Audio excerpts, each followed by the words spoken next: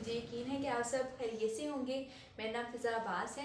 आज हम एक न्यू चैप्टर स्टार्ट करने जा रहे हैं। चैप्टर, इसका नाम हमारे पास है वेरिएशन। ठीक है, तो अब इस चैप्टर के अंदर, जिसका नाम वेरिएशन है, इसके अंदर हमारे पास जो एक्सरसाइज 3.1 है, उसके अंदर हम जो है वो रेशो को डिस्कस करेंगे, प्रपोर्शन को डिस्कस करेंगे। तो सबसे पहले जो क्वेश्चंस हैं वो हमारे पास रेशो से रेलिवेंट है, तो हम उसको डिस्कस करते हैं। तो रेशो की डेफिनेशन क्या है? A relationship between two quantities of same kind is called ratio measured in same units. मतलब ये है कि हमारे पास दो क्वांटिटीज होंगी। क्वांटिटीज मतलब कोई भी हो सकती हैं। अब हम नाम ले लेते हैं जैसे ए एंड बी। ठीक है, दो क्वांटिटीज हैं लेकिन उनकी काइंड क्या होगी? सेम होगी। ठीक है, उस तरह की जो हमारे पास उनका जो रेशियो निकलेगा वो हमारे पास क्या होगा? वो रेशियो की डेफिनेशन को फुलफिल करेगा। मतलब उनका जो यूनिट्स होंगे वो सेम होंगे। ठीक है, अब मैं आपको एग्जांपल देती हूँ। जैसे हमारे पास है, if a hockey team win 4 matches. हम हॉकी टीम की बात कर लेते हैं या क्रिकेट टीम की बात कर लेते हैं कि वो 4 मैचेस जीती है और 5 उसने हारे हैं मैच। ठीक है, and loss 5, then the ratio. अब देखें, यहाँ पे बात तो मैच की हो रही है ना, दोनों में बात की हो रही है, मैचेस की हो रही है। काइंड इन दोनों की क्या है? सेम है। ठीक है, दोनों में मैचेस की बात हो रही है। एक में वो कह रहा है वो लॉस कर रहा है और एक में विन कर रहा है। ठीक है, लेकिन मैच की ही बात हो रही है। दो क्वांटिटीज आ गई जिसमें एक लॉस की होगी और एक विन की होगी, लेकिन उनकी काइंड सेम है। तो उनका जो रेशियो होगा वो हमारे पास ये, जब इनका दोनों का रेशियो लेंगे, मतलब इनको आपस में डिवाइड करेंगे, तो वो रेशियो की डेफिनेशन को फुलफिल करेगा। यानी उनके जब यूनिट्स इक्वल आ जाएंगे, फिर उनको हम डिवाइड करेंगे तो वो रेशियो हमारे पास बन जाएगा। ठीक है, अब हम क्वेश्चन पे आते हैं। क्वेश्चन नंबर 1 का थर्ड पार्ट है। फर्स्ट 2 पार्ट्स इजी हैं, तो ये थर्ड पार्ट है, मैं आपको समझाती हूँ, आपको बाकी 2 पार्ट भी अंडरस्टैंड हो जाएंगे। ठीक है, तो अब यहाँ पे हमारे पास एक यूनिट है क्वांटिटी का किलोग्राम, एक हमारे पास है ग्राम, और एक मतलब इसका भी किलोग्राम ही है। ठीक है, तो अब इसको हम सॉल्व करते हैं। इसको हमने कन्वर्ट करना है किलोग्राम में। ठीक है, तो ये हमारे पास जहाँ पे कोमा होगा ना, ये क्वांटिटी इन दोनों से ज़रा अलग होगी, इसका हमने रेशियो निकालना है। ये एक क्वांटिटी है, ठीक है, और एक ये दूसरी ये क्वांटिटी है। मतलब कि हम इस तरह कह सकते हैं कि 4 kg हमारे पास एक क्वांटिटी है। ठीक है, और 2 kg 750 ग्राम एक ये क्वांटिटी है। ठीक है, और रेशियो की डेफिनेशन हमें क्या कहती है कि जब हमारे पास दो क्वांटिटीज आ जाए सेम काइंड की, तो जब उनके यूनिट सेम हो जाए तो हम उनको डिवाइड करेंगे तो वो हमारे पास रेशियो होगा। ठीक है, तो अब हमारे पास क्या है? इसको हमने पहले कन्वर्ट करना है किलोग्राम को ग्राम के अंदर। तो हम इसको कैसे करेंगे? कन्वर्ट करने के बाद हमारे पास याद आएगा 1000, क्योंकि ग्राम के हमारे, जब इसको हम कन्वर्ट करते हैं किलोग्राम को ग्राम में, तो ये हमारे पास 1000 आ जाते हैं ग्राम।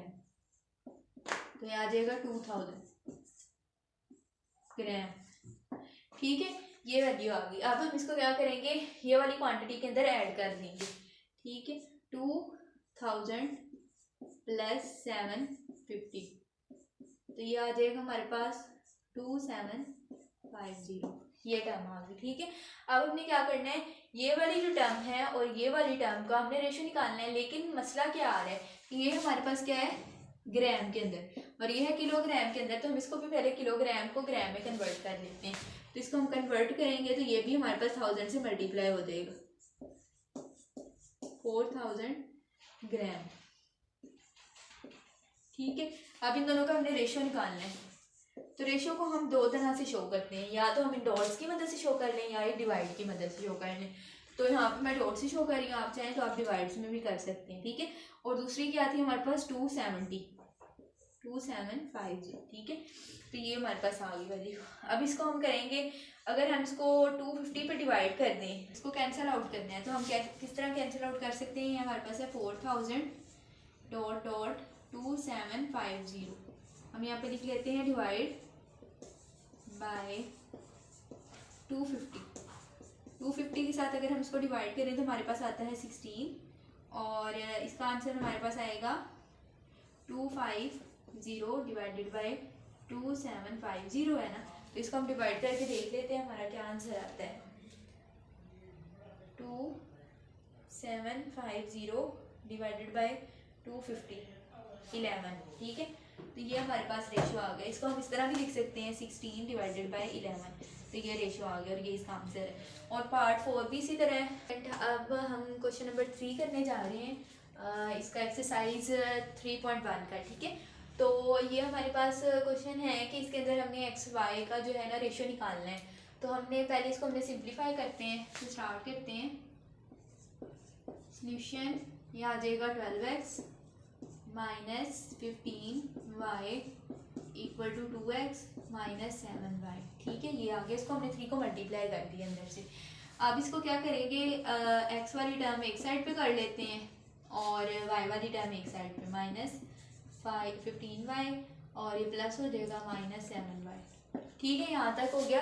अब हम क्या करेंगे, ये हमारे पास क्या आ जाएगा, यहाँ से 10 आ जाएगा, 10x, और यहाँ पे क्या आ जाएगा हमारे पास 15 में से 7 को माइनस करेंगे तो हमारे पास आ जाएगा 15, 7, 8, 9, 10, 11, 12, 13, 14, 15, 8 आ जाएगा हमारे पास, ठीक है। 8y ये हमारे पास आ गया। अब हम क्या करेंगे कि ये हमारे पास टर्म आ गई ना, अब हमने इसको रेशो में लिखना है। तो रेशो में लिखने के लिए हम क्या करेंगे, 10x डॉट डॉट 8y, तो अब हम इसके साथ कोई भी टर्म को डिवाइड कर देते हैं। यहाँ पे हम y को डिवाइड कर देंगे, ठीक है, डिवाइड y, ठीक है। इधर हमने y को डिवाइड कर दिया, ये वाला y इससे कैंसिल हो जाएगा, 10x डिवाइडेड बाय y आ जाएगा हमारे पास, ठीक है। तो अगर इसको रेशो में नहीं भी लिखना तो हम इक्वालिटी भी लिख सकते हैं, ठीक है। यहाँ पे इक्वालिटी रहने देते हैं।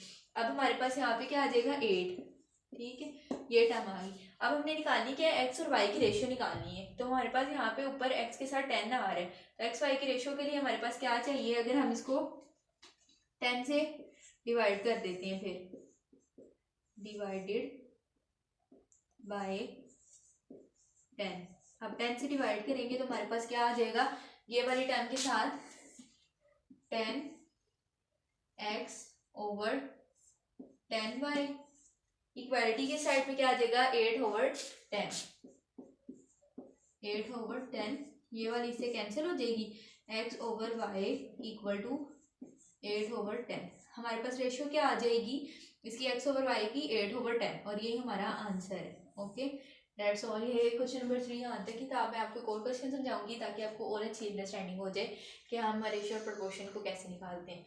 ओके स्टूडेंट, हमने क्वेश्चन नंबर 3 डिस्कस किया था। अब हम क्वेश्चन नंबर 9 डिस्कस करने जा रहे हैं।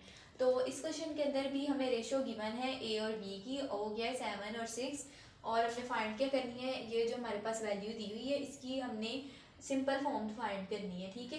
तो रेशियो को हमने लेके चलना है और आंसर सिंपल वैल्यू में लेके आना है, ठीक है। पहले हम क्या करते थे कि हम वैल्यू सिंपल वैल्यू को लेके चलते थे और ए और बी या मतलब कोई भी वैल्यू होती थी एक्स वाई, उसका आंसर लेके आते थे। तो अब इसके अंदर हम सॉल्यूशन स्टार्ट करते हैं।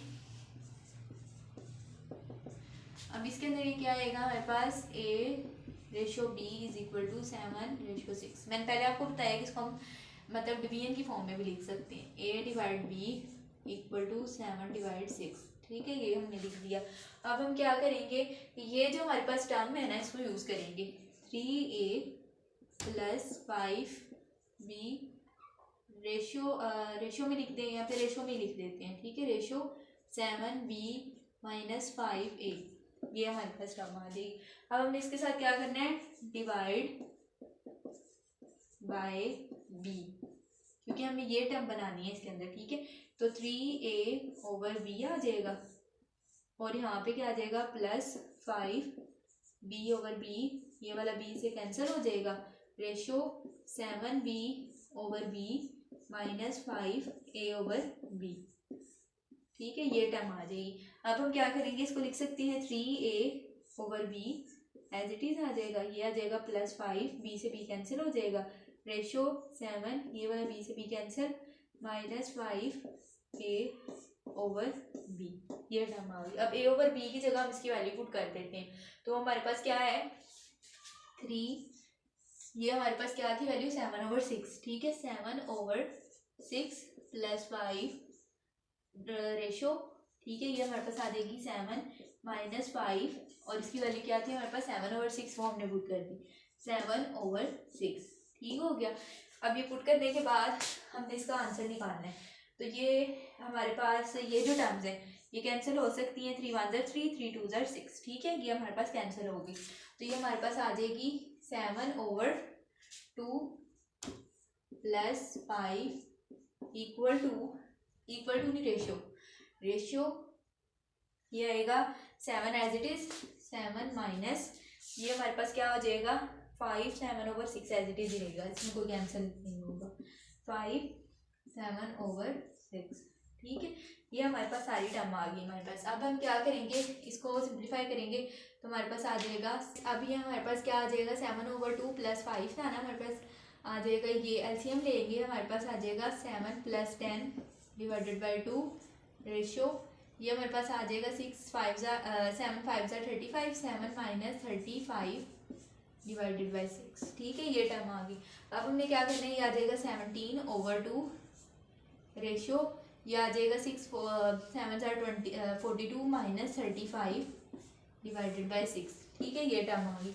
अब हम क्या करेंगे 17/2 एज इट इज आ जाएगा, ये हमारे पास क्या टर्म आएगी 35 माइनस 42 करें तो हमारे पास आता है 12, 5 के अंदर से निकालें तो 7 आ जाएगा, ठीक है, और ये 7 आ जाएगा हमारे पास आंसर, ठीक है, ये 7/6 आंसर आ गया हमारे पास, ठीक है।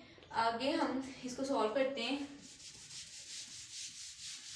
सिंपल वैल्यू निकालने के लिए हमने रेशो को यूज़ किया है, ठीक है, तो 17/2 आंसर हमारे पास था एक साइड पे और रेशो की दूसरी साइड पे था हमारे पास 7/6, ये टर्म आ गई। अब हम क्या करेंगे, लिख देते हैं मल्टीप्लाई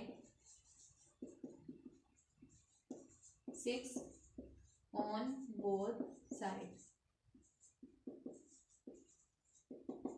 ठीक है, हम 6 से मल्टीप्लाई करेंगे तो ये आ जाएगा 7/2 6 रेशियो 7/6 और यहाँ पे क्या आ जाएगा 6, ठीक है, ये वाला 6 से कैंसिल, ये कैंसिल होगा तो यहाँ पे आ जाएगा 3 को उसके साथ मल्टीप्लाई करते हैं, 3 7 हमारे पास होता है 21, 3 1 3 4 5 51 रेशियो हमारे पास आ जाएगा 7, तो यही हमारा आंसर है। तो इसको हम लिख सकते हैं इस तरह 3a + 5b ratio 7b minus 5a equal to 51 ratio 7, ये इसका आंसर आ गया, ठीक है, डेट्स ऑल। अगर आपको कुछ समझ ना आए तो आप कमेंट सेक्शन में पूछ सकते हैं और ये एक्सरसाइज खत्म हो चुकी है। नेक्स्ट हम एक्सरसाइज 3.2 से स्टार्ट करेंगे।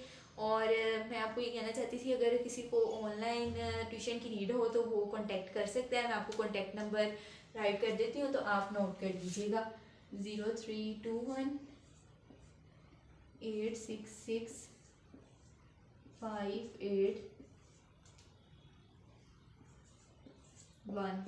ठीक है, ये कांटेक्ट नंबर है, आप इस पर कांटेक्ट कर सकते हैं। और उसके अलावा अगर आपको कोई क्वेश्चन नहीं समझ आया तो आप पूछ सकते हैं, और ये मेरा कांटेक्ट नंबर है, आप ऑनलाइन ट्यूशन के लिए भी अप्लाई कर सकते हैं। Okay, thank you so much.